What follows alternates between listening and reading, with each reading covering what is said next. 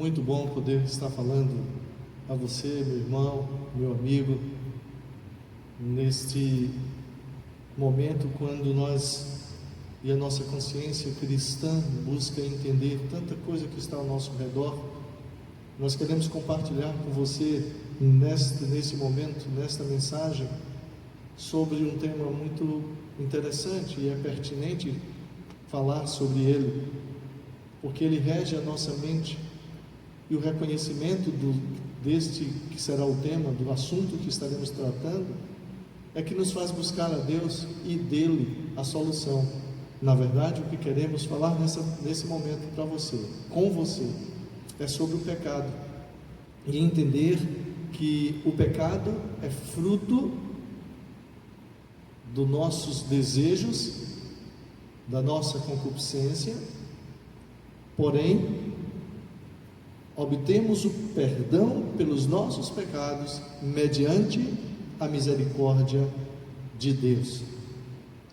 Todos nós somos tomados pelo pecado, e a Bíblia nos diz lá no profeta Isaías que o pecado, na verdade, nos separa de Deus, faz separação entre nós e o nosso Deus. Isaías capítulo 59, versículo 2, diz assim: mas as vossas iniquidades fazem separação entre vós e o vosso Deus, e os vossos pecados esconderam o seu rosto de vós, de modo que não vos ouça. O pecado é algo terrível na vida do homem, desde o seu surgimento, desde que entrou no mundo, através da história bíblica lá do Gênesis, quando o homem, ouvindo a recomendação e a exortação de Deus, desobedeceu a sua determinação, e em assim procedendo, fez com que o pecado adentrasse ao mundo. Então o homem foi um instrumento através do qual esse pecado entrou no mundo, e aí, quando isso aconteceu, houve uma separação entre o homem e Deus. Mas entendemos que Deus não deixou o homem sozinho, mesmo assim, mesmo sabendo, e nós também devemos reconhecer que não conseguimos fugir do pecado. Nós não estamos pecadores, nós somos pecadores. A condição de ser pecador mostra que o pecado faz parte da vida do homem, ou seja, nós pecamos consciente e inconscientemente. O pecado vai muito além do que imaginamos, de uma atitude ou outra, como já ouvimos falar. Alguém diz assim: eu não mato, eu não roubo, eu não defraudo ninguém, né? Eu não faço mal a ninguém, então está tudo bem. Esta é uma condição humana, da ética, da moral, dos princípios legais, que não fazemos e não devemos agir assim. Porém, o pecado que entristece o coração de Deus, na verdade é algo muito maior do que isso.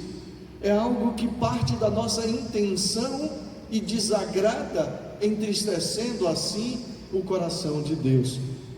O pecado acontece na vida do homem quando ele intenciona o mal, ou seja, ele acontece no pensamento. O profeta Jeremias, capítulo 17, versículo 9, diz assim: enganoso é o coração mais do que todas as coisas, e perverso, quem o poderá conhecer? Ainda o evangelista Mateus, no capítulo 5, verso 28, mostra que a intenção é a geradora do pecado, quando ele diz assim: eu porém vos digo que todo aquele que olhar para uma mulher para a cobiçar, já em seu coração cometeu adultério com ela. Ou seja, a intenção gera o pecado. Mas enquanto o pecado está na intenção, eu não vou dizer que está tudo bem, não está, porque a nossa atitude deve ser de evitar, de tentar evitar o pecado. Mas como não conseguimos pecar porque ele está na intenção, temos um hiato aí de tempo entre o pecado concebido e o pecado consumado, como diz Tiago. Tiago faz a referência a isso. O pecado é concebido quando a minha concupiscência, o meu desejo, me leva a fazer, ou pelo menos intencionar, algo que desagrade a Deus, que fere o coração de Deus. Um teólogo alemão já disse que a tentação não é a experimentação da força, mas perda total das forças e entrega indefesa ao Satanás. O pecado então é consequência da tentação, porque ela vem exatamente naquilo que o meu coração deseja veementemente e que desagrada a Deus. Somos todos fracos, vulneráveis, pecadores e passíveis, ou melhor dizendo, e caímos e pecamos todos os dias. Agora, pecamos na intenção, e Deus conhece o nosso coração, Deus conhece os nossos pensamentos, Deus conhece as nossas intenções, por isso que Ele conhece os nossos pecados. Entre o pensamento que nos fez pecar e a consumação do pecado, existe esse espaço, e Deus nos permite viver esse espaço de tempo para nos oportunizar evitar a consumação do pecado. Enquanto pecamos, a nossa mente promoveu o pecado pela concupiscência existente em nós. Nós temos condição plena, condição total de nos voltar para Deus em arrependimento pelo pecado concebido aqui ainda em nossa mente, e pedir a Ele o perdão, buscar dele o perdão. Quando não fazemos isso, nós nos permitimos ir além, permitimos que o pecado concebido que está aqui em nossa mente seja consumado, transforma-se em ação. E Tiago diz que quando o pecado é consumado, aí gera morte, e morte é separação, e separação de Deus. Há um pecado, e o pecado também é concebido pela cegueira espiritual. Quando nós não enxergamos aquilo que Deus está nos mostrando, quando nós não nos permitimos entender o que a palavra do Senhor nos diz.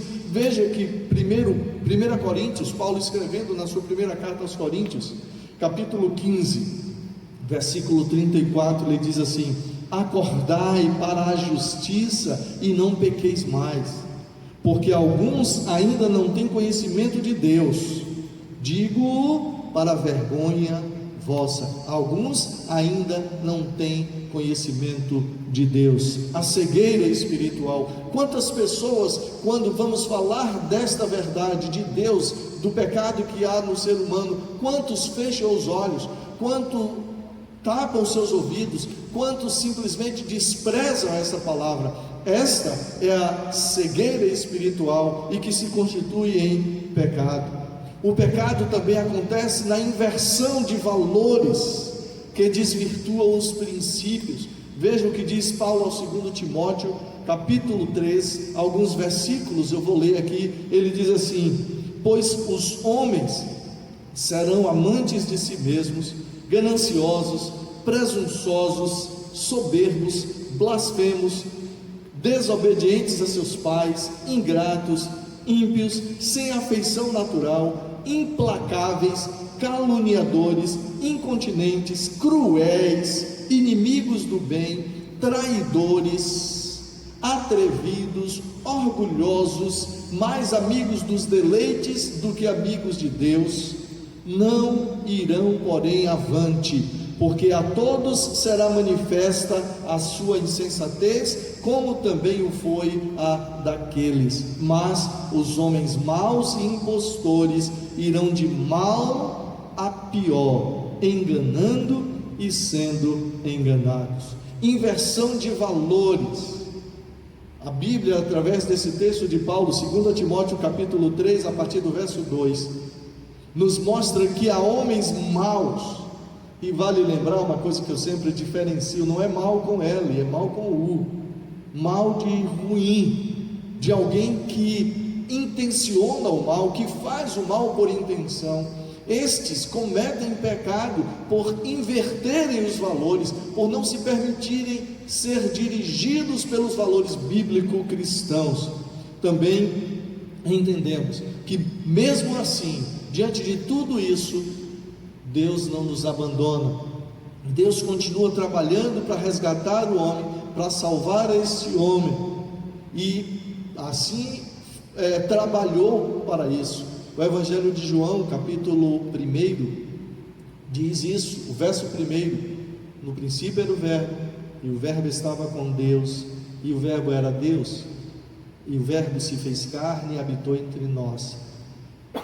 Deus se fez homem na pessoa de Jesus, e sofreu amargamente, derramou seu sangue numa cruz, inocente como era. Assim o fez para nos perdoar os pecados e nos garantir vida e vida eterna. Basta então que a gente compreenda esta verdade, que a gente aceite Jesus em nossas vidas e nos arrependamos dos nossos pecados, para que o perdão aconteça. Deus está pronto a nos perdoar, e a Bíblia diz que Ele é fiel e justo para nos perdoar, desde que haja arrependimento, contrição, e nos submetamos ao Senhor, para que Ele assim proceda. Ele nos oportuniza isso, e hoje Deus está falando ao seu coração, meu irmão, e te dando a oportunidade de entender, de compreender esta verdade e de se submeter ao senhorio de Cristo. Que Ele, o Senhor Jesus Cristo, o Deus das nossas vidas, o único que pode salvar o homem e perdoar os seus pecados, abençoe ricamente a tua vida e garanta a certeza da salvação pelo perdão dos seus pecados. Assim oramos pela tua vida e assim já agradecemos ao Senhor, e que tu estejas sempre pronto a ouvir o que Deus tem a falar ao teu coração. Que Deus te abençoe. Amém.